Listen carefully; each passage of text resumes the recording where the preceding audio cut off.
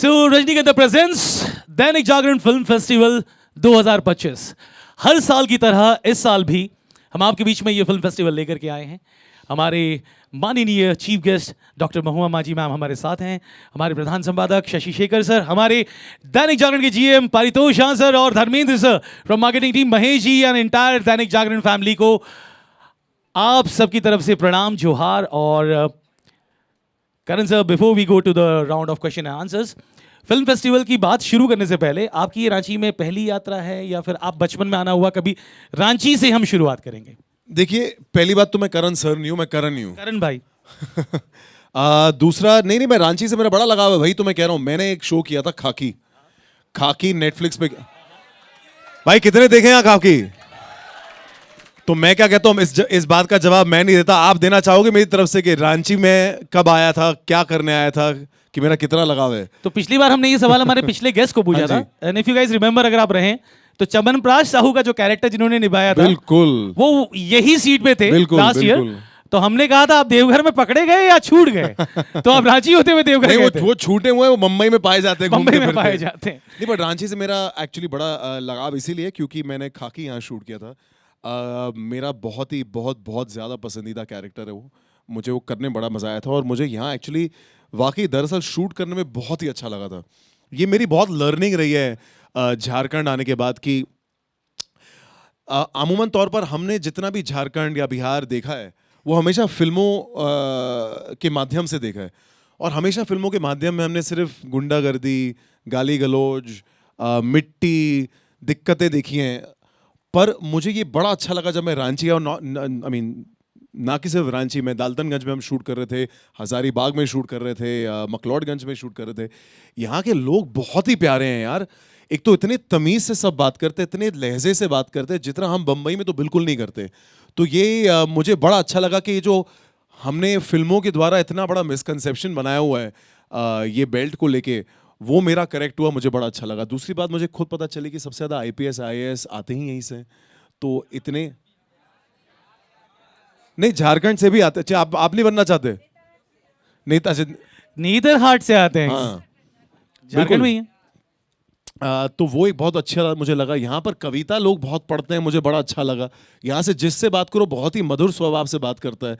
तो ये मेरी लर्निंग झारखंड को लेके बहुत ही अच्छी थी, and I really enjoyed my time when I shot here. And McLeodganj actually बड़ा फनी था मेरे लिए। पहली बार जब मैं आया था तो जब हिंदी में लिखा हुआ आता है ना आपको, आप कहाँ शूट करो, तो था मैं कहा दाल्टनगंज, मकलौडगंज।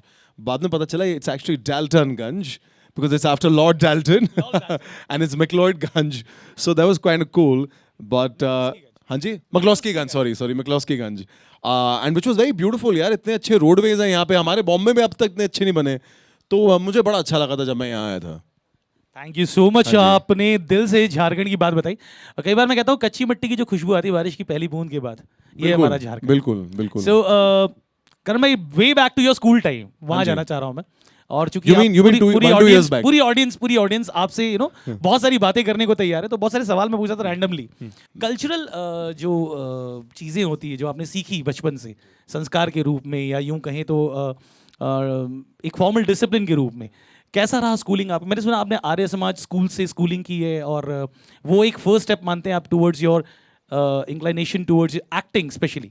क्या ये बात सच है? नहीं, एक्टिंग से कुछ मेरा स्कूल का लेना देना नहीं है, बट डेफिनेटली मैं एक आर्य समाजी स्कूल में पला बड़ा हूँ। तो धर्म शिक्षा, संस्कृत, तमीज़, ये हमें, और डिसिप्लिन स्पेशली हमें बचपन से बड़ा अच्छे तरीके से सिखाया गया था। और मैं एक्चुअली मेरे स्कूल का बहुत शुक्रगुजार हूँ, बिकॉज जिस किस्म की परवरिश मुझे मेरे परिवार ने दी है, वही किस्म का एक एनवायरनमेंट हमारे स्कूल का था। हम हमारी टीचर्स को हमेशा नमस्ते कहते थे। हम हमेशा हमारे यहाँ पे एक कल्चर था अपने टीचर्स के पाँव छूना। मुझे पता नहीं कि आजकल के स्कूल्स में, स्पेशली मुझे पता है बॉम्बे के स्कूल्स थोड़े ज़्यादा सो कॉल्ड कूल है। I don't think that culture really exists, but because मैं एक पंजाबी बैकग्राउंड से आता हूँ, हमारे यहाँ वैसे ही जितने आपके एल्डर्स हैं उनके हम पाँव छूते हैं। मैं अपने बहन के पाँव छूता हूँ हर राखी पर, specially on that one day. तो मैं definitely I want to show that kind of love and respect. So I feel like वो बहुत ही same reflection of my house मुझे मेरे स्कूल में मिला। हालांकि मैं एक्टर बहुत लेट जाके बना हूँ। मेरी कोई दिलचस्पी नहीं थी वाकई जब मैं बड़ा हो रहा था कि मैं एक एक्टर बनूं या एक्टिंग के प्रति, या मुझे फिल्में भी देखने का कोई ज़्यादा खास शौक था नहीं। So that came much later in my life. But yeah, school had a very, very big impact on me, and I'm very happy and very thankful to the education that I got. क्या बात है sir. और कई बार मैं आपसे जुड़े हुए कई सारे सवालों में ये सवाल भी सुनता हूँ कि देयर इज एक्टिंग की जब भी बात हो, हम good looking actors top 10 in India की बात करें, सर्च भी कर लेते हैं तो you come across in top 3 at least. I don't believe you. नहीं यार। नहीं, आप अभी ट्राई करें, अपना गूगल खोलें। मेरे हमने phone ट्राई नहीं है किया मेरे पास। तो एनीवेज सर, ये कॉम्प्लीमेंट एज एन एक्टर आपके लिए कितना टफ है रोल्स के लिए? क्योंकि कई बार होता है हम बहुत आज के ज़माने में जिस तरीके की सिनेमा देख रहे हैं, गुड लुकिंग एक्टर्स और नेचुरल लुकिंग एक्टर्स हम कह लें, या यूँ कहें कि not on a derogatory meaning, but कई बार हम कहते हैं कि गुड लुक्स आपके लिए एज अ मैन कितना फ्रूटफुल रहा है एक्टिंग अपॉर्चुनिटीज़ में और कितना कम रहा है? देखिए, मैं बड़ा इसका ऑनेस्टली जवाब दूं, एक वक्त के बाद आके ना आप अपने आप को ऑब्जेक्टिफाई नहीं करते। मतलब कि आप ये नहीं देखते कि हाय मैं क्या लग रहा हूँ, मैं क्या गुड लुकिंग हूँ या नहीं हूँ, whatever you know. I feel as an actor आप वो चीज़ को बहुत पीछे, बहुत पहले ही छोड़ देते हैं। क्योंकि अगर आप इस काम से प्यार करते हैं, अगर आप इस काम से मोहब्बत करते हैं, तो आप रियलाइज़ करते हैं कि जिस आपकी जो जैसा आप दिखते हैं, अगर आप वैसे ही दिखते रहेंगे तो आप अच्छा एक्टर डेफिनेटली नहीं बन सकते। एक एक्टर का चार्म ही यही है कि आप हर कैरेक्टर के लिए एक अलग इंसान लगें। तो मेरी तो कोशिश हमेशा यही रहती है, मैं अपने आप को बिल्कुल भी उस नज़रिए से देखता नहीं हूँ कि मैं अच्छा दिखता हूँ या मैं बुरा दिखता हूँ या मैं कैसा दिखता हूँ। मेरा हमेशा ये होता है कि मैं अपने कैरेक्टर के लिए कैसा दिख सकता हूँ। जहाँ तक बात क्या एक तरीके का दिखना आपके काम के लिए थोड़ा प्रॉब्लमैटिक हो सकता है, जी हाँ, कभी कभी हो जाता है। इसमें कोई दो राय नहीं है। मतलब इसको किसी भी तरीके से मैं कहूँगा बहुत ही अनपॉलिटिकल लगेगा तो मैं इसको ज़्यादा कमेंट नहीं करना चाहूँगा।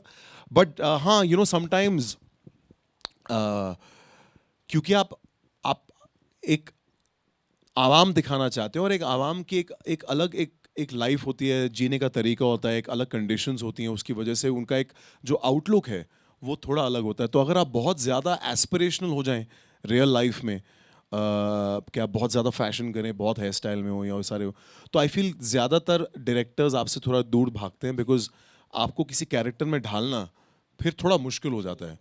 पर अगर आप थोड़े न्यूट्रल रहें कि यू नो कोई भी आके आपको किसी तरीके से ढाल सकता है, किसी तरीके से बदल सकता है। अगर आपको कोई बोले कि यार अपने सर पूरा मुंडवा लो, और आप वो करने के लिए तैयार हो जाएं। अगर कोई बोले जैसे मैंने खाकी के लिए मूंछ उगाई थी, बल्कि मेरा खुद का था कि मैं कहा मैं नकली मूंछ नहीं लगाऊंगा, मैं असली उगाऊंगा। बिकॉज एक तो पहली बात तो एक मूंछ का ना एक बहुत अलग रुतबा है। एक यू नो जब आप खुद एक you know when you wear a moustache, एक अलग ही मज़ा है। जैसे सर हैं, सर को पता होगा कि आप अपनी मूंछ के बगैर आप रह ही नहीं सकते, है ना। और एक मूंछ की अपने एक ताव है, यू नो। तो वो मैं कहा यार ये उगा के, हाँ एक प्राइड है, तो you have to live with it. So I feel like you have got to be that actor that enjoys that. So I really enjoyed it and I really enjoy that in general. So I don't really take my looks very seriously, but thank you so much for the compliment, I assume. Thank you. Thank you भाई। और सवाल अब वापस वहीं से, acting आपको as a common man हम जानना चाहते हैं, कब हिट की आपको कि एक्टिंग करनी चाहिए? What was your first step towards मैं इट? भी कॉमन ही हूँ सर। हाँ, मतलब वही आम सवाल हमारे हाँ जी। कि पहली शुरुआत कब हुई एक्टिंग की? तो बेसिकली मेरा एक पारिवारिक बिजनेस था मेरे फादर के साथ, और वो कुछ ज़्यादा सक्सेसफुल हो नहीं पाया। तो बड़ी दिक्कतों से हम निकल रहे थे उस टाइम पे। तो उन दिक्कतों के बीच में कुछ ऐसा एक प्रोफेशन चाहिए था जो आपको बहुत सारे ज़्यादा पैसे बहुत जल्दी दे सकता था। तो मैंने उस वक्त पर, इस बार 17 साल पहले की बात है, एक एयरलाइन हुआ करती थी, उसके लिए जो फ्लाइट में पर्सर्स होते हैं, जो एयर होस्टेस होते हैं, मेल एयर होस्टेस, उसके मैंने नौकरी के लिए अप्लाई किया था और मेरी लग भी गई थी। एक आध इंटरव्यू के राउंड के बाद मेरी लग गई थी। और साइड बाय साइड चूंकि मेरा जो काम था वो कपड़ों का था, मेरी कपड़ों की दुकानें हुआ करती थी, तो वहाँ पर बहुत सारे जितने भी ये स्टाइलिस्ट हैं जो यू नो जितने टीवी शोज होते हैं, फिल्में होती हैं, उनके लिए कपड़े वहाँ से लेने आते थे। एक बंदे ने मुझे बोला कि आप कोशिश क्यों नहीं करते? तो मैंने वहाँ से मेरी कहीं कोशिश शुरू हुई, थोड़े बहुत ऑडिशंस दिए, बट लगभग 1-1.5 साल में मुझे टीवी में थोड़ा काम मिल गया। और टेलीविजन कैसा रहा ये? क्योंकि मैं टेलीविजन से आपको अलग स्क्रीन पर जब हम देखते हैं, अब तो हमसे बड़ा स्क्रीन नहीं कह सकते, ओटीटी स्क्रीन भी कहते हैं, तो कहते हैं दो अलग अलग दुनिया है। अभी इस पर कई लोग अपनी अपनी राय भी रखते हो बेबाकी से। सो आपके हिसाब से वो कैसा है? क्या टेलीविजन का स्क्रीन टोटली डिफरेंट है वर्क कल्चर के हिसाब से, और ओटीटी या फिर हम बड़े पर्दे की सिनेमाओं की बात करें तो ये क्या वर्क कल्चर के हिसाब से अलग है? कैसा इम्पैक्ट है काम? देखिए, सारे माध्यम अपने आप में बहुत ही अलग हैं और सारे माध्यम का की अपनी दिक्कतें और अपने प्लस पॉइंट्स हैं और इन सब की अपनी अपनी खूबसूरती है। और देखिए फैक्ट यही है और ये मेरी एक्चुअली लर्निंग जब मैं डाल्टनगंज में शूट कर रहा था ये बहुत थी और मेरा ये बहुत बड़ा टेक बैक था लाइफ का कि मुझे वहाँ पर लोग वीरेन के नाम से जानते हैं। मैं डाल्टनगंज में हज़ारीबाग में मैं जब भी जाऊँ जो वहाँ के क्योंकि हम रियल लोकेशंस में शूट कर रहे थे तो जितने भी वहाँ पे अगर हम डाल्टनगंज में थोड़ा अंदर जाके और गांव हैं कस्बे हैं जब भी वहाँ जाते थे तो वहाँ पर सब मुझे वीरेन बुलाते थे। मेरा एक शो है नहीं हमारी आरजे निकी हाँ जी वो घर में बोल रहे थे कि मैं जा रही हूँ उनके शो पे तो उनकी मदर ने पूछा हाँ कि कहाँ तो वीरेन जब बोला तो Correct. अच्छा Viren correct Viren and everybody knows that Correct. Character very very well. तो मेरी ये बहुत बड़ी लर्निंग रही है कि जो टेलीविजन का माध्यम है ज़्यादातर हम हमारी इंडस्ट्री में टीवी को बहुत एक नीचे तरीके से देखते हैं जबकि ये मेरा मानना नहीं है। मेरा मानना है कि जो आपकी पीली दाल चावल है ना वो बहुत जरूरी है। ये हर घर में है और ये हर इंसान को अच्छी लगती है और ये कंफर्ट फूड है सबका। तो चाहे आपकी माँ बनाए आपको थोड़ा प्यार चाहिए तो उसमें थोड़ा घी हो जाएगा, आपका पेट खराब है तो भी आप पीली दाल चावल खाएंगे, आप ज़्यादा खुश हैं तो उसमें तड़का डाल लेंगे। That is what television is. तो मेरा ये मानना है तो टीवी की ना ये रीच है और टीवी की खूबसूरती है कि आप हर एक इंसान के घर में क्योंकि आजकल जो मैं काम करता हूँ हो सकता है ज़्यादातर वो मेन देखें जैसे खाकी है आईपीएस के ऊपर है, स्पेशल ऑप्स है वो अगेन एक एजेंट के ऊपर, it's a very male oriented thing. So usually guys like to watch this but जिस किसी का मैं टेलीविजन मैंने किया मैं जानता हूँ यहाँ पर जितनी आंटियाँ हैं और जितनी लड़कियाँ भी हैं उन्होंने वो मेरा टीवी का शो देखा होगा because this I can see all that whole group right because that's the kind of love that you get from television. So I feel like हर एक मीडियम की ना अपनी खूबसूरती है। मेरा गोल एज एन एक्टर हमेशा यही रहेगा कि मैं इतना फ्लूइड रहूं कि कहीं मुझे कहीं भी उठा के कहीं कास्ट कर दे और काम दे दे तो मेरा इंटरेस्ट बस वही रहता है। तो मुझे मेरे टीवी के दिन भी बड़े अच्छे लगते थे, मुझे बहुत ही मज़ा आया था 1000 और मेरी बहना शूट करना। बहुत ही रोमांटिक शो था और बहुत ही प्यारा शो था एक्चुअली और वो भी अपने वक्त पर बड़ा एक ट्रेल ब्लेजर शो था। मुझे OTT में काम करना भी बहुत अच्छा लगता है और ये डेफिनेटली इसमें कोई दो राय नहीं है। आप ये जहाँ जितना काम करते हैं टीवी में वो बहुत अलग है। उसका एक टोन ऑफ एक्टिंग बहुत अलग है, उसका स्केल बहुत अलग है, उसके वर्किंग आवर्स बहुत ही डिफिकल्ट हैं क्योंकि आप हर दिन 12 घंटे तो आपको सेट पर रहना है। तो मतलब हमारी 9 से रात के 9 बजे की शिफ्ट लगती है, 2-2 घंटे आपके स्टूडियो दूर हैं तो 2 घंटा जाना 2 घंटा आना। तो बाई चांस अगर आपको जिम वगैरह करने का शौक हो तो 16-17 घंटे का तो आपका दिन है ही, ना संडे है ना कुछ है, तो आपको बड़ी मुश्किल से कोई किस्म की छुट्टी मिल जाती है, बड़ा आपको बैक करना पड़ता है। बट वो भी बड़े अच्छे दिन थे, बड़ा मज़ा आता था। अगर कुछ छुट्टी लेनी भी है जैसे मैंने अपने बंदे को बोला प्रोड्यूसर को, मैं कहा यार 2-3 दिन की छुट्टी चाहिए, कहीं गोवा वहाँ घूमना है, तो सीधा सेट से जाते थे फ्लाइट लेने और लैंड करते ही सीधा सेट पर आते थे, वहीं पर नहाए धोए और सीधा काम पर पहुंच गए। तो वो भी that's very different charm. So I have enjoyed both यार। I love acting, I really like what I do. I feel के क्या इतना मज़ेदार काम है। आपने मुझे टिकट दिया जाने की, मैं आपकी टिकट पर आया हूँ, आपके खर्चे पे रहूँगा, इन सब लोगों से मिलने का मौका मिलेगा, सबसे बात करने का सबको मेरे से सिर्फ एक ही चीज़ चाहिए, एक फ़ोटो चाहिए। तो आई फील लाइक चार्म है ये काम का। और हम एक्टर्स कभी कभी ये बात को भूल जाते हैं कि ये वाकई एक शौक है जिसके आपको पैसे मिल रहे हैं। And is why I have always a lot of love and gratitude for my industry, and for the fact that I'm accepted, for people like you to call me. So I feel like it's so much fun, यार। सही बात है और दोनों के काम का scale अलग है, ये आपने बहुत प्यार से मेंशन किया। तो मैं अब वापस आता हूँ आपके खाकी द बिहार चैप्टर और स्पेशल ऑप्स पे। हम आई एम श्योर इस कमरे में बैठे हर किसी के पास अपने एक वायरल सीन होगा, टेक्निकली यूँ कहें, जिसे वो रील पर देख करके रिलेट करते हो। अलग अलग मोमेंट्स हैं जो लोगों को कनेक्ट कर गए। और स्पेशल ऑप्स से मैं पहले शुरू करता हूँ, खाकी पे फिर आऊँगा, क्योंकि आपने डॉक्टर साहब की बात मान ली। हाँ जी। वो सीन आई एम श्योर बंदे रिलेट करेंगे।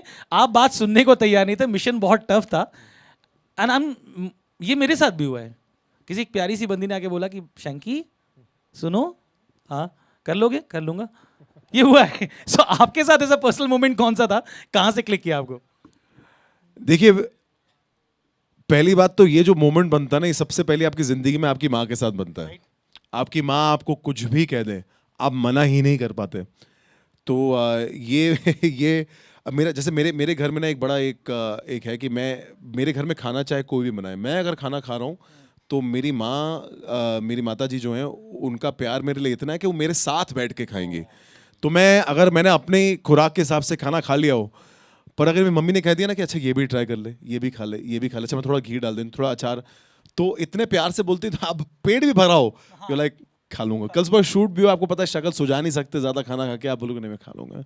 तो आई फील लाइक पहले तो आपकी मदर ही होती हैं, उसके बाद जिस किस्म से MP साहिबा ने मुझे गले में डाल के खींचा है खींचा नहीं मतलब प्यार से उन्होंने जैसे किया है, आप किसी औरत के सामने आपको हाँ ही बोलना पड़ता है।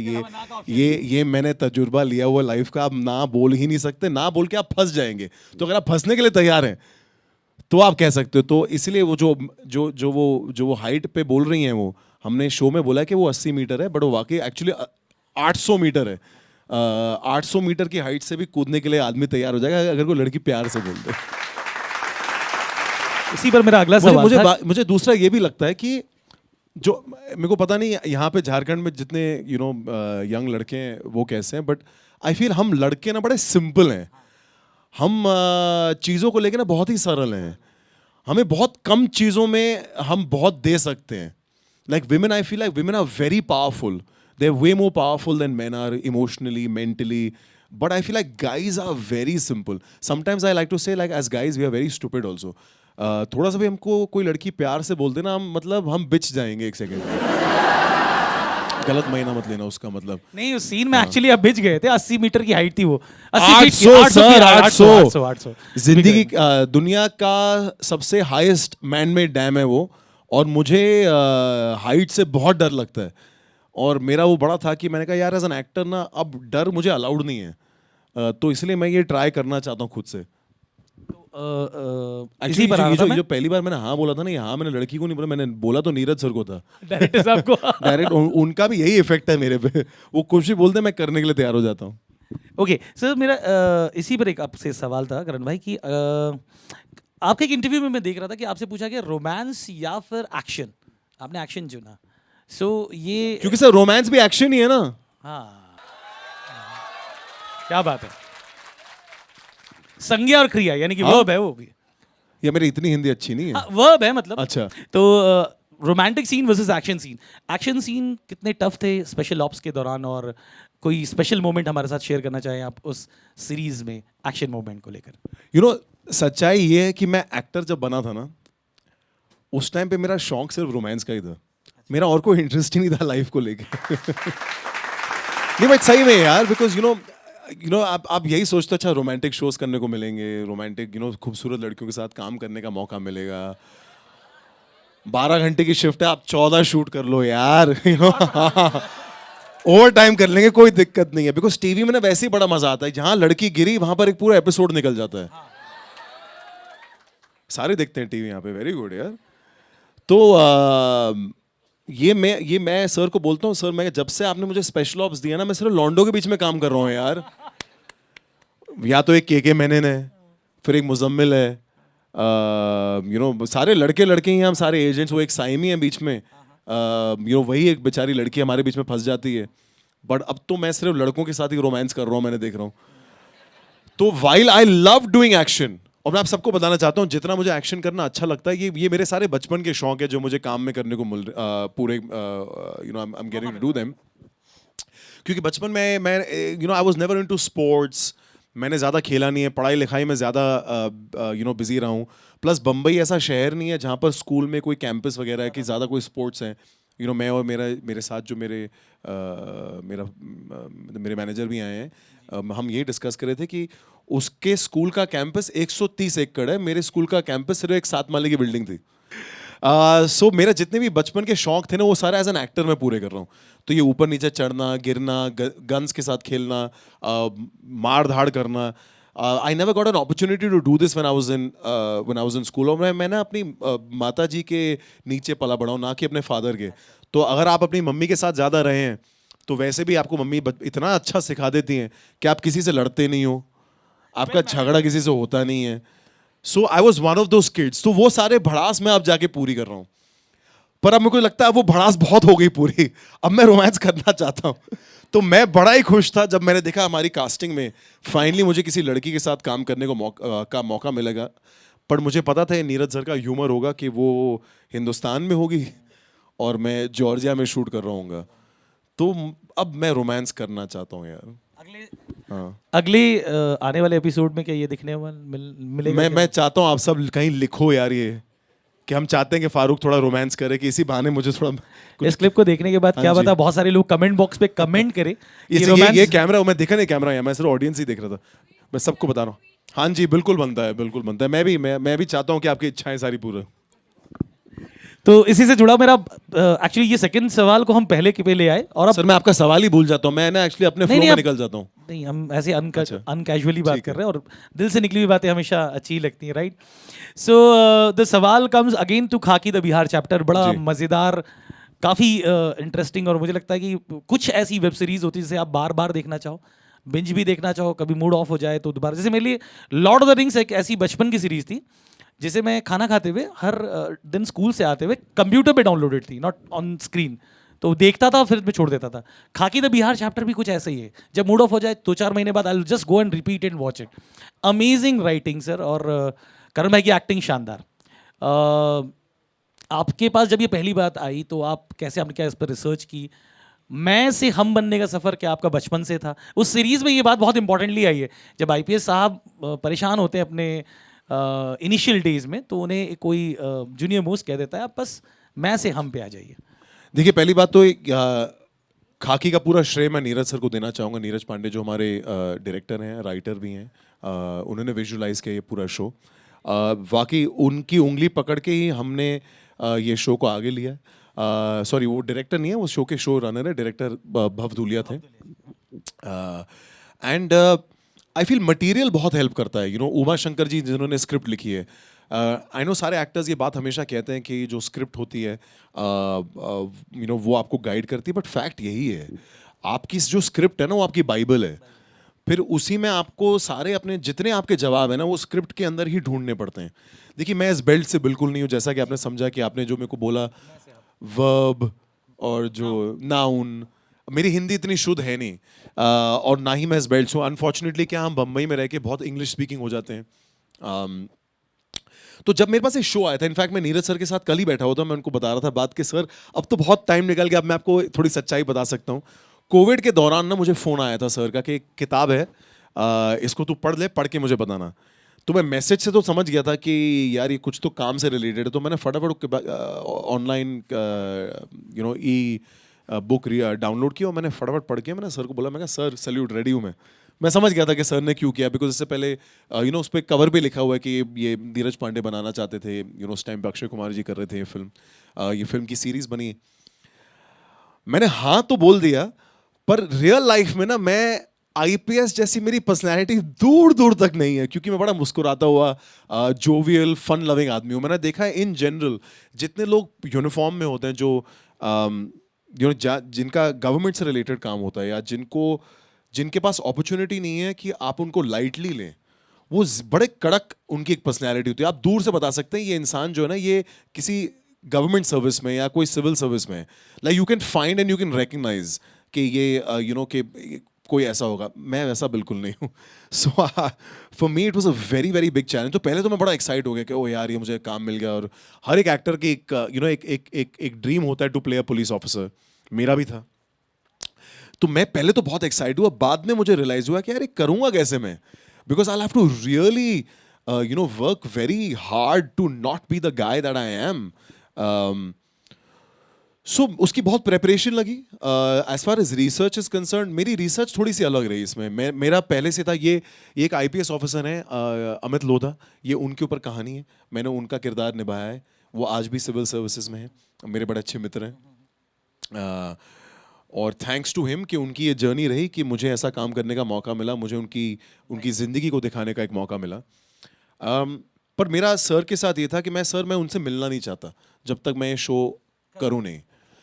ज़्यादातर क्या होता है कि आप जब एक बायोपिक अटेम्प्ट करते हैं या आप किसी रियल इंसान के ऊपर एक कुछ कोई शो करते हैं या कोई फिल्म करते हैं, आप उनसे मिलना चाहते हैं, उनके हाव स्वभाव किस तरीके से वो बैठते हैं, उठते हैं, बात करते हैं।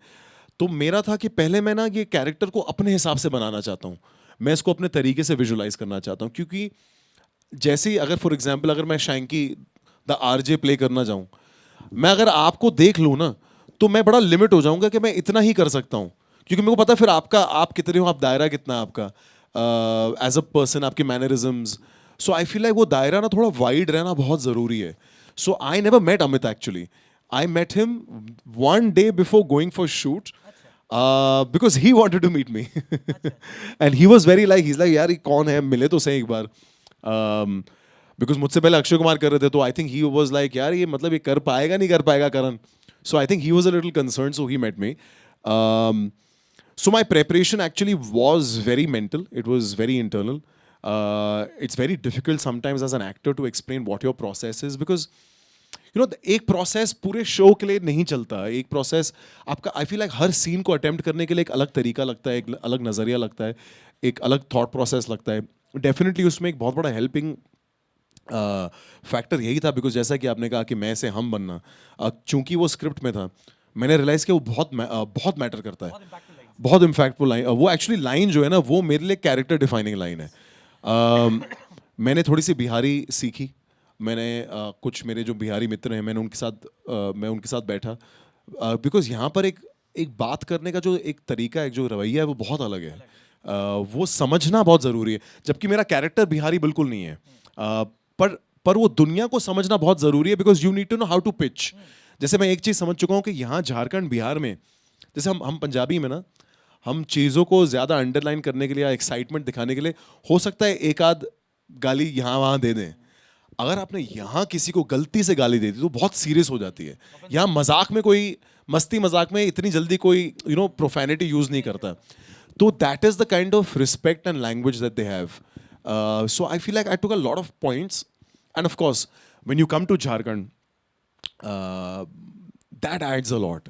यहाँ का जो एक जनरल सोशल फैब्रिक है यहाँ पर, यहाँ की जो आई फीलिंग इट्स बड़ा डिफिकल्ट है एक्सप्लेन करना. बस सड़कें, रहने का तरीका, आप जब खुद यहाँ आ जाते हैं तब धीरे धीरे आप भी हम हो ही जाते हैं. एक वक्त के बाद, जैसे आज भी मैं कभी कभी अगर कोई बिहार या झारखंड से हूँ, 2-3 चीज़ों के बाद हम निकल ही आता है मेरा, बिकॉज एक आई थिंक वो जनरल एक तरीका है यहाँ पर बात करने का, और एक लहजा मुझे अच्छा भी लगता है. किस्सा कोई बहुत इंटरेस्टिंग शूट के दौरान जुड़ा जो माइंड ब्लोइंग किस्सा बताता हूँ मैं आपको, मेरी जिंदगी में कभी भूलूंगा नहीं. हम शूट कर रहे थे हजारीबाग में, और we were shooting an action scene. तो बेसिकली फाटक खुलता है, और हम ना बड़ा डिफिकल्ट हो रहा है हमको हजारीबाग में परमिशन मिलना for some odd reasons, just Hazaribagh में. तो हमें ना फाटक के बीच में शूट करने के लिए मतलब ट्रेन्स को रोकने का मौका नहीं मिल रहा था. तो आप सबने खाकी देखा है बाय एनी चांस? नहीं देखा तो प्लीज़ देखिएगा, बड़ा बड़ा इंटरेस्टिंग शो है. देखा आपने? बहुत बढ़िया.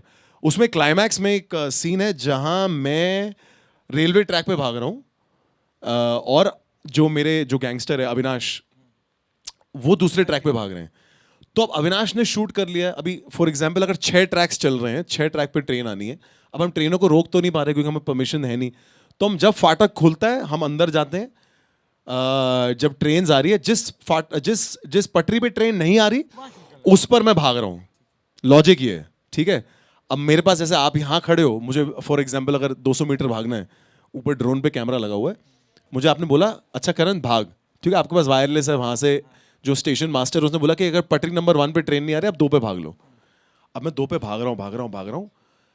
अब मुझे ऐसा लग रहा है कि सामने से ना ट्रेन आ रही है, बट क्योंकि मैं भी कैरेक्टर में हूँ तो मैं भाग रहा हूँ. फिर बीच में ना वो जो पटरी आती है, मैं एक बार गिरा भी, बट क्योंकि मैंने रियलाइज कि नहीं ऐसा, मतलब इतना गिरना तो इतना होता रहता है. इतना बात वो नहीं कि मैं गिरा, मैं फिर उठा, मैं कहा यार ऐसा लग रहा है ट्रेन मेरी तरफ ही आ रही है. बट मुझे ट्रस्ट था कि यार स्टेशन मास्टर ने बोला कि 1 नंबर पे आएगी, दूसरी पे नहीं आएगी. मैं भाग रहा हूँ, साला मजाक नहीं कर रहा. मैं भाग रहा हूँ, ट्रेन मेरी तरफ, मेरी पटरी बारी. और समटाइम्स गर्मी में क्या होता है ना, वो थोड़ा मिराज बन जाता है, तो आप रियलाइज नहीं कर रहे कि आपके ट्रैक पे है कि दूसरे ट्रैक पे. ब्रो, मैंने वो जो गुलाम में सीन देखा, तो जैसे गुलाम में आमिर खान जंप मारते हैं ना, जैसे सामने से ट्रेन आती है, मेरे साथ लिटरली वो हुआ था. एंड लकीली ट्रेन थोड़ी स्लो थी, because it was approaching the फाटक. अदरवाइज उस दिन तो मैं निकल जाता भाई. बट वो एक बहुत ही इंटरेस्टिंग किस्सा था. अब मेरे को बताने में एक्साइटिंग लग रहा है, उस टाइम पे मेरी जान निकल गई थी. I was almost in tears, but it was a fun one. And I'm sure आपने वो रिसेंट एक इंटरव्यू देखा होगा आमिर सर का भी, उन्होंने भी बताया कि ये किस्सा कुछ उनके साथ भी गुलाम में हुआ था. मैं आपको इसकी एक और आयरनी बताता हूँ, हमारे एक्शन मास्टर सेम है. ओह, गुलाम के और इसके भी. तो मुझे कभी कभी ऐसा लगता है कि वो मेरे से असली एक्टिंग करवाने की कोशिश कर रहे थे, उन्हें मुझे बताया नहीं है और जानबूझ के बोला कि भाई इसी पे आ रही है कि वो जंप जो है ना वो असली लगे। या अगर आपने बोला I haven't seen Aamir's interview, Aamir sir's interview to know if this is true, but if it is I think Abbas ji जो हैं हमारे एक्शन मास्टर, ये उनकी मुझे लगता है मिली भगत है, क्योंकि उनका रहता है, मैंने देखा है जो हमारे एक्शन वाले रहते हैं ना, वो कभी कभी बोलते हैं सुन तू सही में ना दे दे, किसी इसको दे दे, घुसा मार दे, वो बोल देते हैं ऐसे। हाँ, जहाँ किसी एक्टर ने कुछ टेढ़ा मेढ़ा किया ना, वो बोलते हैं ऐसा दे दे इसको। क्या बात है। अच्छा, हम वापस आते हैं अब फिल्म और आर्ट मेकिंग पर। वापस मतलब क्या है, अभी तो वहीं तो थे यार। नहीं नहीं, हम आप क्या कहना चाहते हो? मैं अभी आपके जागरण फिल्म फेस्टिवल में मैं काम की बात नहीं कर रहा। नहीं नहीं, आप जहाँ पर थे फाकी द बिहार चैप्टर, वहाँ से वापस आते हैं हम, जब आर्ट और फिल्म मेकिंग की बात कर रहे थे। तो ये जब आपका पहला सफ़र शुरू हुआ, आपने इस आर्ट को नज़दीक से देखा, मुंबई होने की वजह से आपको कई चीज़ों की एक्सेस थोड़ी इजी मिली, जो छोटे शहर के लोग सपना देखते हैं टू बी एन एक्टर, क्या सलाह देंगे उनको आप? यार सबसे पहले तो मैं दाद देना चाहूँगा। मैं पहली बात तो कोई सलाह देने वाला होता ही नहीं हूँ। मुझे लगता है कि हर इंसान आज की जो पहली बात तो आज का जो आवाम है, जो जो जो युवा है आज का स्पेशली, वो बहुत ही सेल्फ अश्योर्ड है यार। हम जब छोटे थे ना, हमें बड़ी सलाह लगती थी, पर आजकल के यूथ में देखा, they are very very self assured and they very certain of what they want, and I am actually sometimes very jealous of it that when we were growing up, हम बड़े इनोसेंट किस्म के थे। हमें वाकई हर बात के लिए अपने माँ बाप से बात करने की ज़रूरत लगती थी। ओपिनियंस मैं अपनी बहन से बहुत लेता हूँ आज भी। उसके बिना, वो सलाहकारी के बिना तो हमारी ज़िंदगी आगे बढ़ी ही नहीं। पर आजकल का जो यूथ है ना, वो आपको सलाह दे के जा सकता है। वो मतलब इतने वेल रेड है। बट फैक्ट है आज की, they very well read, they very sure, they very certain. तो मैं सलाह नहीं देना चाहूँगा, बट मैं डेफिनेटली दाद देना चाहूँगा, बिकॉज ये इंडस्ट्री ईजी नहीं है यार। ये एक चीज़ मैं समझ चुका हूँ और मैं आज भी ये बात बोलता हूँ कि मेरा अगर कोई बहुत करीबी होगा ना, मैं बोलूँगा भाई यार सोच के करियो यार, बिकॉज ये बहुत टफ है। वाकई बड़ी बड़ी दिक्कतों के साथ आपको काम मिलता है। और मुझे लगता है हम जो 1% लोग हैं जो आज की तारीख में एज एक्टर्स या टेक्नीशियंस काम कर रहे हैं इस इंडस्ट्री में, वो खुशनसीब बहुत हैं। ये बहुत बड़ा लक का प्ले है, बिकॉज मेहनत हर आदमी करता है। ऐसा कोई आदमी नहीं है जो मुझे लगता है इस इंडस्ट्री में मेहनत नहीं करता। हमारे जो सबसे लोएस्ट जो स्पॉट बॉयज़ हो गए, जो हमारे लाइटमैन हो गए, जो लिटरली लेबर वाला काम करते हैं 14-14 घंटे, उनसे ज़्यादा मेहनत तो हम बिल्कुल नहीं करते एज एन एक्टर। हम तो फिर भी वैनिटी वैन है, हमारे पास मेकअप है, हेयर है, फलाना ढिमकाना है। सो आई फील लाइक बहुत you got to be very lucky to get that opportunity. तो मेरी सिर्फ एक राय रहेगी कि आप आइए, अपना सपना समझिए, सपने को नापिए, एक बार बॉम्बे आके आजमा भी लीजिए, पर अपना आईना अपने सामने रखिए कि जब आपको लग रहा है ना कि यार यहाँ कुछ नहीं हो रहा, तो सही टाइम पे यू टर्न मारना बहुत ज़रूरी है। बिकॉज क्या होता है ना, जैसे आज मुझे पता है कि आज मैं अपनी एजुकेशन से 17-18 साल आगे निकल चुका हूँ। अब मुझे नौकरी तो कोई नहीं देगा, क्योंकि अब मैं नौकरी से तो बहुत आगे निकल गया हूँ। तो वो जो है ना कि वो विंडो नहीं जानी चाहिए। आई फील वो आपका एक टर्न अराउंड। और आज की तारीख में तो अपॉर्चुनिटीज़ बहुत हैं। जिस वक्त पे मैं एक्टर था उस टाइम पे फिल्में थी, उस टाइम पे टेलीविजन था, उस टाइम पे थिएटर था, और बहुत ही कम काम हुआ करता था। अब तो बहुत काम है। अब तो प्लेटफॉर्म्स इतने आ गए हैं, इतने OTT आ गए हैं। अब तो कैरेक्टर्स को भी बहुत खूबसूरती से लिखा जाता है। अब कैरेक्टर सिर्फ कैरेक्टर आर्टिस्ट नहीं रहा, अब कैरेक्टर आर्टिस्ट आज की तारीख में आपका शो बनाता है। आपकी जितनी पेरिफेरी ऑफ एक्टर्स हैं, वो आप चाहते हो सबसे टॉप क्वालिटी की हो, because they will set up your show for as a lead.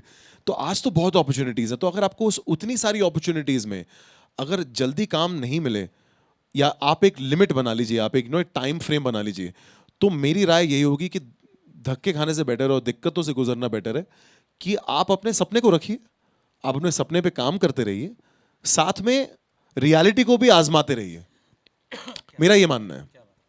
और मैं डीमोरलाइज नहीं करना चाहता, ना मैं किसी को डीमोटिवेट करना चाहता हूँ, बट ये थोड़ी सी मेरी अंडरस्टैंडिंग है कि बहुत यार इजी नहीं है। आप मैं देखता हूँ मेरे बहुत सारे होते हैं 8-8, 9-9 लोग एक घर में, एक कमरों में घुसे हुए हैं, वो एक सपने के लिए। और मैं जानता हूँ ये इंडस्ट्री ऐसी है कि ये सपना ये you want to see it happen. It's very difficult to sit back and be like नहीं यार ये नहीं हुआ, क्योंकि एक तो ये इंडस्ट्री ऐसी कि आज फॉर एग्जांपल अगर आप कोई नौकरी करते हो, अगर आप एक नौकरी में सक्सेसफुल नहीं हुए, तो सबको नहीं पता कि आपको उस नौकरी से क्यों निकाला, राइट? वो सच्चाई आप ही को पता है। आप दूसरी नौकरी पकड़ लेंगे। अगर आपको एक 2-3-4-5 हज़ार रुपये कम कहीं मिले, किसी और को आपकी सच्चाई नहीं पता। बट अगर आप एक्टर बनने गए थे बॉम्बे और अगर बनकर नहीं आए, तो पूरे मोहल्ले को पता है भैया आप फेल होकर आए हैं। तो वो भी एक शर्म के चक्कर में मुझे लगता है बहुत सारे लोग वापस नहीं आते हैं। मैंने ये देखा था सुपर बॉयज और मालेगांव में बड़े अच्छे तरीके से एक्सप्लोर किया था। उसमें जो विनीत का कैरेक्टर था, विनीत बोल के जाता है कि भाई देखना एक दिन मैं बम्बई जाऊंगा और मैं बनकर आऊंगा, और वो मैं मेरे आंखों में आंसू आ गए थे उस बात पर, बिकॉज ये वाकई हर एक इंसान का सपना होता है जो बम्बई आता है कि मैं वापस नहीं जा सकता अब यार, अब तो मैंने लोगों को मैं बोल कर आया हूँ, अब बड़ा दिक्कत है। सो आई फील अगर आप उस बात से निकल जाए ना तो वो यू टर्न मारना भी थोड़ा ईजी हो जाता है। That makes me to come to that point. Mental wellness की बहुत बातें होती हैं। आप एक्टर हैं, आपने इंडस्ट्री का प्रेशर देखा है। कई बार ऐसे सवाल भी मीडिया आपसे पूछ लेती है कि जिससे आपसे कोई लेना देना नहीं हो, कहीं चल रहा हो वायरल, आपसे पूछ लिया, आप just being conscious, I don't want to be political, I don't have any opinion, ये भी बोलना। पहले तो मेंटल हेल्थ कितना ज़रूरी है, और उसके बाद मेरा दूसरा सवाल है men's mental health, how you take it up. हम मेंटल मर्द को दर्द नहीं होता क्योंकि बहुत हाँ लोग कह जी। देते हैं मानसिक दर्द सबसे ज़्यादा होता है। देखिए मेरी बहन हमेशा मुझे कहती है कि आई फील ऑल एक्टर्स के स्पीड डायल पे ना एक तो मोटिवेशनल कोच और एक मेंटल थेरेपिस्ट होना बहुत ज़रूरी है, बिकॉज बहुत डिफिकल्ट लाइन है। 365 दिन में मुझे लगता है कि एज एन एक्टर आप मे बी 100 दिन काम करते हैं, 250 दिन आपको खाली बैठना है, राइट। 250 दिन आप काम की तलाश में होते हैं, और 250 दिन आप अपने ऊपर काम कर रहे होते हैं कि किसी तरीके से मैं अपना क्राफ्ट बेटर कर लूँ, मैं थोड़ा अच्छा दिख लूँ, या मैं कुछ अलग दिख जाऊँ। तो जो 250 दिन आपको खाली बैठना है ना, जहाँ आपने काम कर लिया है और आप रिलीज के लिए रुके हैं, या फिर आप काम ढूंढ रहे हैं, आई फील वो जो 250 डेज है ना, वो बहुत टफ है।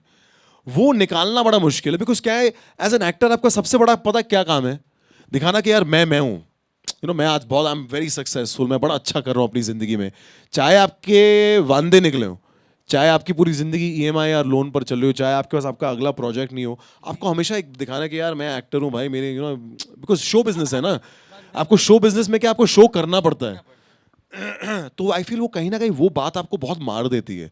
तो अगर आप अपनी असलियत से वाकिफ रहें तो आपका एक मेंटल स्टेबिलिटी हमेशा रहेगी। अगर अपनी असलियत से जितना आप दूर जाते रहेंगे उतना आपके लिए बड़ा डिफिकल्ट हो जाएगा, because like I said this industry is absolutely not easy. तो मेंटल हेल्थ का बैलेंस होना तो डेफिनेटली बहुत ज़रूरी है, किसी भी काम में ज़रूरी है। मुझे लगता है इस काम में ज़्यादा ज़रूरी है, बिकॉज इस काम में क्या है, आप कितनी भी कोशिश कर लें, आप अपना स्टेट ऑफ माइंड ना कैमरा से छुपा नहीं सकते। आज अगर मैं खुश नहीं हूँ अंदर से, मैं आपसे ये सारी बातें शायद इतनी खुशी से ना कर पाऊँ, राइट। और वो बहुत डिफिकल्ट हो जाएगा, बिकॉज आप और मैं कैमरे पे हैं, आप खुद जैसे आज आप आरजे हैं, अगर आपकी ज़िंदगी में कोई दिक्कतें चल रही हैं, या आपकी गर्लफ्रेंड ने आपको कुछ बहुत ही भयंकर कह दिया, या आपकी कोई फाइनेंशियल पोजीशन सही नहीं है लाइफ में, तो कहीं ना कहीं वो आपकी बॉडी लैंग्वेज में, आपकी आंखों में वो दुख दर्द दिखता है। बट हमारा काम यही है कि वो हमको छुपा के रखना है। तो आई फील वो जो है ना, वो पैराडॉक्स जो है, वो आपका थोड़ा माइंड को ना बहुत हिला देता है। इसलिए मेरा तो ऐसा मानना है, देखिए मैं हमेशा सबको बोलता हूँ कि एज अ मैन और अ वुमन अपने परिवार से जुड़े रहना बहुत ज़रूरी है। मुझे ऐसा लगता है कि जितना आपका परिवार आपका ख्याल रखेगा ना, उतना कोई नहीं रखेगा। हम हमेशा कहते हैं फ्रेंड्स लाइक फैमिली, बट मेरा मानना है कि यार फैमिली इज़ ऑलवेज फैमिली। तो मैं तो अपने परिवार के बहुत क्लोज हूँ, और उस रिलेशनशिप पे मैंने बहुत मेहनत की है। मुझे पता है कि एक उम्र के बाद आके आप अपने परिवार के क्लोज नहीं होते, बिकॉज आप एक जनरेशन गैप आ जाता है। आप सोचते हैं आपके माँ बाप आपको समझते नहीं हैं और आप बहुत कूल हो गए हैं। बट मैंने तो पूरी कोशिश की है अपने माँ बाप को भी जितना मैं, हाँ नहीं, बट फैक्ट है ना। देखिए अगर आज आप आईफोन यूज़ करते हैं, अपने माँ बाप को आप नोकिया रखते हैं, तो वो नोकिया की स्पीड पे चलेंगे, या आप खुद आईफोन यूज कर रहे हैं, आपने कोई मतलब, मैं तो अभी ब्रांड लेना नहीं चाहता बिकॉज सारे ब्रांड के हम ही प्रमोट करते हैं, बट फॉर एग्जांपल मतलब you have to keep upgrading your family यार। जैसे आप अपग्रेड हो रहे हैं, जिस स्पीड से आप भाग रहे हैं, आपको अपने परिवार को भी उसी स्पीड पे भगाना पड़ेगा, आपको भी उनको अपग्रेड करना पड़ेगा। जिस किस्म की आप दुनिया देख रहे हैं उनको भी दिखानी पड़ेगी। तो मैं अपने परिवार के बहुत क्लोज हूँ, और आई फील मेरे को वो बहुत हेल्प करता है। मैं आज अपनी उम्र में आके भी, बम्बई जैसे शहर में रह के भी, एक एक्टर होने के बावजूद मैं अपने माँ बाप के साथ ही रहता हूँ, बिकॉज आई फील वो एक इमोशनल बैकबोन जो है ना, वो घर से जो आपको मिलती है, वो बहुत आपको एक स्ट्रांग रखती है। इवन मेरी ज़िंदगी के सबसे जो मेरी टफेस्ट टाइम से भी निकला हूँ ना, उसमें जस्ट नोइंग कि अगले कमरे में मेरी मदर है, मेरे फादर हैं, मेरी बहन है, मुझे वो बहुत कंफर्टिंग लगता है। अगर मैं रात को घर आता हूँ जैसे शूट से 2-3-4 बजे, सब सो रहे होते हैं, पूरे घर में अंधेरा होता है, बट मेरे को पता है मैं सुबह उठूंगा ना यार, चाय कॉफी पे सब मिलेंगे, तो वो एक बहुत कंफर्टिंग फीलिंग। और हम इस बात को आई फील जितना हम जिंदगी में आगे बढ़ते जा रहे हैं in the idea of being modern and being today and being Gen Z and so on and so forth, I feel वो हम बात से दूर होते जा रहे हैं। And that is why I feel there is a lot of complaints of depression and not sharing. And I feel this is the second thing I want to chance upon, because आप so you know indulge मी, क्योंकि आपने कोई सवाल पूछा तो मैं इसका सही जवाब देना चाहता हूँ। आई फील आज की तारीख में हम बातें ही नहीं करते हैं। सही बात है। यू नो, एक वक्त था जब SMS शुरू हुआ था, and I feel like the downfall of conversation happened in SMS because short message service, वही से शॉर्ट हो वहीं से हमने ना बातें ही छोटी करनी शुरू कर दी हैं। अब हम किसी हमारे यहाँ से तो पावर कट होती थी तो उस हाँ। पर ना बातें निकलनी शुरू होती थी, और जब तक लाइट आए ना, करेक्ट, इन्वर्टर आने से पहले की बात करो, इन्वर्टर की टेक्नोलॉजी जब तक लोकल छोटे शहरों तक नहीं आई थी। बड़ी फैक्ट है। जैसे पर यही आप थी। हो सकता है आप और मैं यू नो हम उम्र होंगे तो शायद ये बात को समझते हैं, हो सकता है you guys don't get it because mobile phone is such a distraction today. हम आज की तारीख में बातें ही नहीं करते, हमारे दोस्तों को हमारी ज़िंदगी में कोई इंटरेस्ट ही नहीं है, ना हमको हमारी दोस्तों की ज़िंदगी में इंटरेस्ट है। कोई आपसे कोई दिक्कत की बात करे तो हम उसमें कोई इंटरेस्ट ही नहीं लेते। किसी का कोई ब्रेकअप हुआ हो या घर में कोई इशू चल रहा हो, आज की तारीख में कोई आपको बैठ के नहीं बोलता अच्छा हाँ यार तू बोल ले यार मैं सुनता हूँ। आजकल सब मतलब सुनाने के लिए तैयार हैं। सो आई फील ये जो कम्युनिकेशन है ना, that has really died in times of today. तो शेयर करना बहुत ज़रूरी है, बातें करना बहुत ज़रूरी है, दूसरों की बातें सुनना बहुत ज़रूरी है, अपने बड़ों से तजुर्बा लेना बहुत ज़रूरी है। और सबसे ज़्यादा इंपॉर्टेंट एक चीज़ है जो मैंने ज़िंदगी में सीखी है, देखिए मैं स्पेशल नहीं हूँ, मैं स्पेशल नहीं हूँ, आप स्पेशल नहीं हो, आप में से कोई भी स्पेशल नहीं है, इसलिए हमारी जो दिक्कतें हैं वो भी स्पेशल नहीं है। ये भी समझना बहुत ज़रूरी है। हर इंसान की ज़िंदगी से ना वही पहलू निकलते हैं। आपकी परिवार में किसी की तबीयत खराब होती है, कोई गुजर जाता है, कोई फाइनेंशियल प्रॉब्लम आ जाती है, गर्लफ्रेंड बॉयफ्रेंड चीट कर देते हैं, छोड़ के चले जाते हैं, आपका कोई काम होता है वो काम हाथ से निकल जाता है, कोई छठी प्रॉब्लम आपको ढूंढना मुश्किल है। सबकी जिंदगी से दिक्कतें यही निकलती, तो ना आप स्पेशल हो ना आपकी प्रॉब्लम स्पेशल है। जिस दिन आप ये बात को समझ जाओगे ना, आई feel like you'll start taking life a little more easily. You know, you'll start realizing that things happen with everybody. I'm not alone. Because हमारे टफ टाइम्स में ना सबसे ज्यादा हमको लगता है यार ये मेरे साथ ही क्यों हो रहा है भाई। तो आपको लगता है मैं अकेला ही हूँ जिसके साथ ही दिक्कत हो रही है, बट ऐसा नहीं है। हर बंदा अपनी चीज से जूझ रहा है। अगर उसी जूझने के बीच में हम किसी से बातें कर लें और हमारी कोई बात सुन ले, आई फील लाइक मेंटल स्टेबिलिटी रहेगी। और मर्द को दर्द नहीं होता, वो यार मर्द को दर्द होना अलाउड नहीं है, अलाउड नहीं। होता तो है। ये मैं एक्चुअली मैं सेक्सिस्ट बात नहीं बोलना चाहता, but I feel like you know जिस किस्म की दिक्कतें औरतों को गुजरनी पड़ती हैं वो उनकी हैं, और वो उनकी स्पेशल है, with all due respect. But I feel यार being a man is not easy यार। You know there's so many this is not the right forum to really discuss it, because you know it's not that we're only talking about men's health or men's state of mind, but I feel being a man is not easy, and this is coming from my own experience, because you know औरतों का charm क्या है। आपकी कोई लड़की दोस्त है, आपकी बीवी है, बीवी छोड़ के कोई लड़की दोस्त है, आप अपने किसी भी दोस्त जो आपकी लड़की है ना, आप फोन करोगे ना वो पूरी बात सुनेगी आपकी। आप यही अब लड़के को फोन करो, कोई लड़का लड़के की बात नहीं सुनता है ना। आप सीधा फॉर एग्जाम्पल अगर मैं किसी क्या कितने लड़के हैं, कभी ना कभी ब्रेकअप तो हुआ होगा। जब भी किसी लड़के का ब्रेकअप होता है ना, आप फोन करो कि यार मेरा ना दिल टूट गया, सबसे पहला जब अरे कोई और मिल जाएगी यार, सीधे। यही लड़की यहां पे कितनी लड़कियां हैं, कितने लड़कों ने गलत किया आपके साथ। अच्छा यहां उल्टा चला, लड़कियां गलत कर रही हैं लौंडों के साथ, है ना।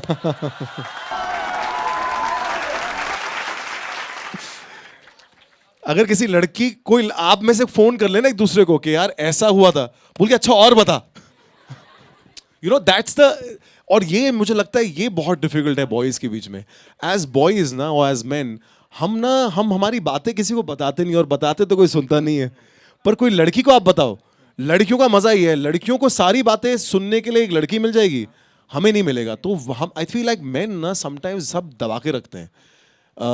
एक मैंने पीछे पढ़ा था कि अब मैं समझता हूँ कि हमारे जो फादर्स थे ना, उन्होंने किस किस्म की जिंदगी जी है। बिकॉज कहीं ना कहीं आई फील लाइक फादर्स भी अपनी सारी पेन को दबा के चलते हैं। इट्स नॉट लाइक मदर्स नहीं करती, you know I don't like I say, you know these conversations are very difficult to have, because आप जब भी कोई एक चीज़ एक पहलू रखेंगे ऐसा लगता है आप किसी और को ऑफेंड कर रहे हैं, ऐसा नहीं है। बट आई फील लाइक आदमी ना बहुत दबा कर चलता है। जैसे माँ दबा कर क्या चलेगी, अच्छा घर में आज खाना कम है, यू नो, तो एक काम करती हूँ, मैं थोड़ा कम खाती हूँ, मेरे बच्चे ज़्यादा खा लेंगे, है ना। ये फादर का सेंटिमेंट नहीं होता। फादर का सेंटिमेंट होगा, अच्छा यार मैंने, मेरे बेटे की यूनिफॉर्म नहीं आई है, मैंने अपने काम के लिए नई शर्ट नहीं लेता, मेरे पाँव में आज, मेरे जूते में होल है, ये ऐसे ही चलता रहेगा, कोई दिक्कत नहीं है, मेरे बच्चे की यूनिफॉर्म आ जाए। So I feel like it's different battles, but being a man is a bit tough because we don't get to express it यार। और इसमें सबसे बड़ी प्रॉब्लम है, जहां पर आप एक्सप्रेस करते हो ना, आपको कोई आदमी के नजरिए से देखता नहीं है, you suddenly become a boy. So I feel like that challenge, और वो बैलेंस रखना बड़ा डिफिकल्ट है कि आप यू नो दबा कर भी चलो, फिर थोड़ा बता भी दो, तो वो थोड़ा टफ रह जाता है।